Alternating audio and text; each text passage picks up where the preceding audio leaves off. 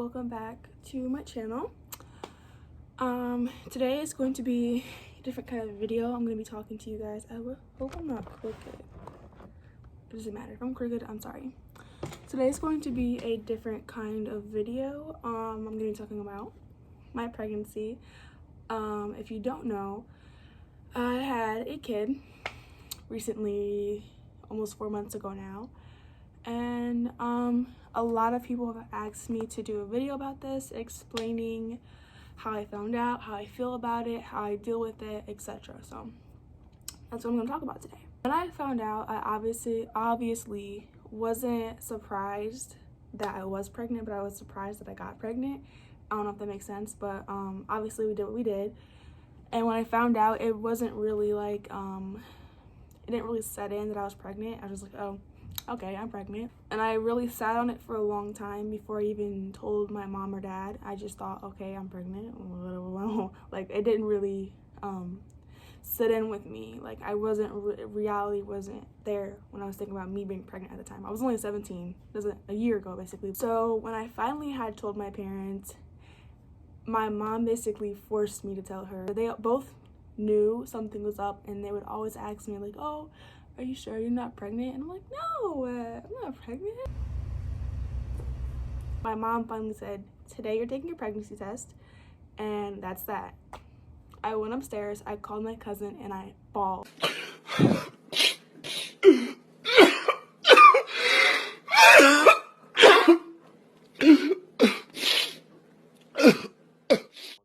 I was so scared because I was like, well, she's gonna find out. There's nothing I can do now.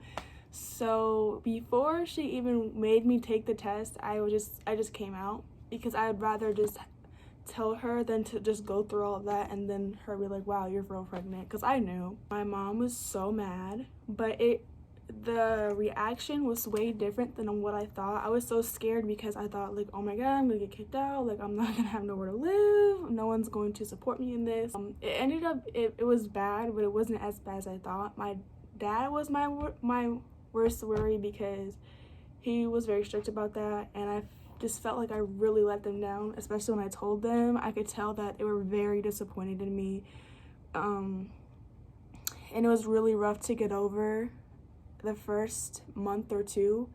But after we started seeing ultrasounds and stuff like that, it kind of just set in, like, okay, well, there's nothing we can do now, there's a baby coming, let's just plan for it and do what we have to do. When I told my friends, I remember I told my friends in school, and it was just like, yep, I'm pregnant. And they're like, oh, yeah. At the time I had a flat tummy, and it was just like, okay, you're pregnant. I'm like, whatever. But as time went on, I kind of lost some friends on my part and on their part, partially because I felt, okay, I'm pregnant and it's summer, no one's gonna want to hang out with me, no one's gonna really want to do anything with me because I have a big baby bump. I can't go to parties, I can't drink, I can't smoke. Basically my whole summer, and it was the summer I graduated, it was ruined for me, but not really. But it was just like not what I thought I was gonna do that summer. It turned out me working and just being pregnant. So I didn't really get invited places because I was pregnant, and people were going out partying. So, you know, I can't go to a party pregnant, which is understandable. Even now, because I have a kid, I don't get invited to a lot of places just because I don't know, maybe they feel like it's a hassle to bring a whole kid, which sometimes I do feel that same way, but at the same time, like, what can you do? She's here. I'm just gonna do what I gotta do and, like, bring her along. I bring her along everywhere now, which I'm used to it. It's not that hard anymore. I mean, I know what to get her. I know what to bring.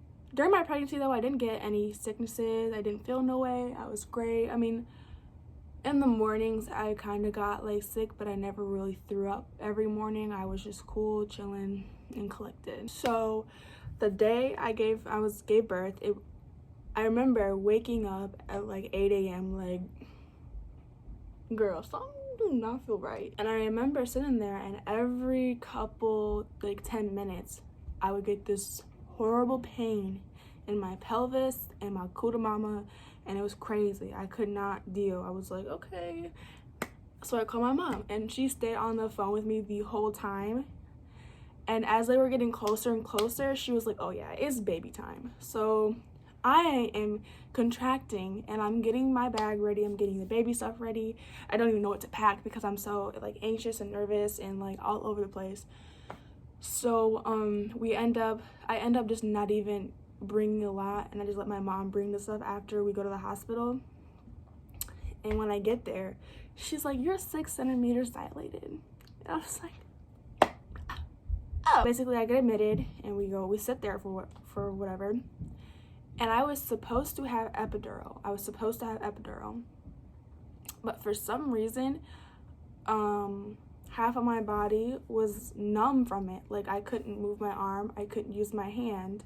So they had to stop the epidural and let it kind of run its course and go away, and then we're gonna do another set of epidural. And by the time I was ready for another epidural, I was 10 centimeters. So I basically had to give birth natural, which was the worst pain ever. I will insert a clip. Good, there you go.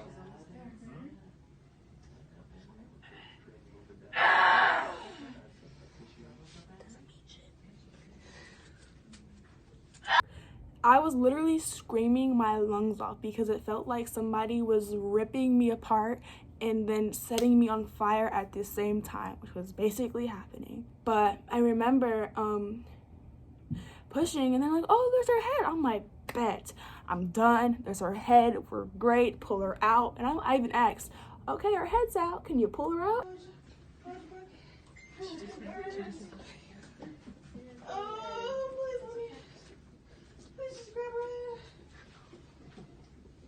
And they're like, nope, just gotta push. And I was like, all right. Basically, I pushed, it's over, and it's all great. It's all cries and tears and happiness. And yeah. So the first couple of nights, even in the hospital, was tremendous. Is that even? Was horrible. I'm gonna say horrible because I don't think I think tremendous means something good. I don't know. Wait, stop the motherfucking music. You, are you dumb? I didn't get sleep. I was hurting everywhere. And I remember the first night I passed out. I went to go to the bathroom, and I look in the mirror, and I was like, I look crazy. And I keep hearing mumbling in my ear, and I'm like, girl, I can't hear you. And she's like, you can't hear me? And I was like, yeah, you're starting to fade out. And I remember she like leaned over and she called somebody, and next thing I know, there's like 30 nurses in there. And I remember just going like this and then dreaming for like what felt like 2 hours, and then they put something under my nose, and I was like, I'm up. Yeah, I've never passed out too. That was kind of scary, but I think it was just because I lost so much blood. The first couple of nights staying there was kind of like stressful because the nurses don't really help. They help you, but they don't help you in the sense of helping you, tell you, okay, the baby's crying because X, Y, and Z. So check X, Y, and Z. I didn't know that. I didn't know that babies got uncomfortable in their diapers. I never knew that. I didn't understand a lot of things. I didn't understand. So it was very stressful trying to figure out why she was crying. And I was up all day for 3 days with this baby because I didn't know. And her dad had started a new job, so he needed to sleep because he had to get up at like, I don't know, 5 a.m. in the morning every day. So he couldn't really stay up and help me because he had to go to work. So when we got home, the first 2 months were the exact same. I was up. I think I cried the whole first month. I cried just the whole first month. I was so upset. I was so tired. I was so just drained out. I'm bleeding everywhere. I'm sore everywhere. I can't go out and do anything right now because I have a baby, a newborn baby at that. I'm tired. It's just like so stressful the first month. And the second month, it kind of got a little better. And as it goes on, it progresses and get a little better. I mean, I'm used to not getting any sleep now. Sometimes she'll sleep throughout the night. Sometimes she won't. It's just on her. We're just on her time, I guess. Once you get over the fact that you're not getting sleep, and I mean, like, you just kind of get used to the baby's schedule. you'll be fine. After the second month, I was cool. I'm like, okay, this is easy. Like, I know her like the back of my hand. I know when she wants to eat, when she needs a diaper change, when she's tired. So it does get easier. Like, I know a lot of people struggle with postpartum depression, and I kind of did at first. I was getting very, very, very depressed. I was very, very sad, just because I'm so young and I'm taking care of a kid and I don't know what I'm doing. I did, and I still do get help, but my mom and dad work full-time jobs, so when they're not here,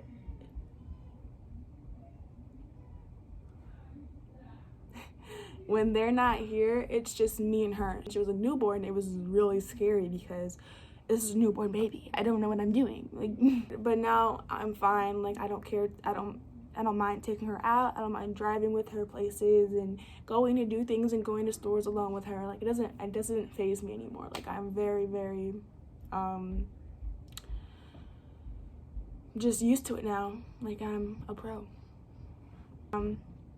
That's kind of like it. I don't know if I hit every topic that a lot of people asked me. I just kind of went over what a lot of people have like wanted me to talk about. Alright guys, that's it for this video. I hope you guys enjoyed my little story time mommy thing, I guess. I don't know. Go ahead and like and subscribe. And give me a thumbs up, share this, comment, do what you want to do.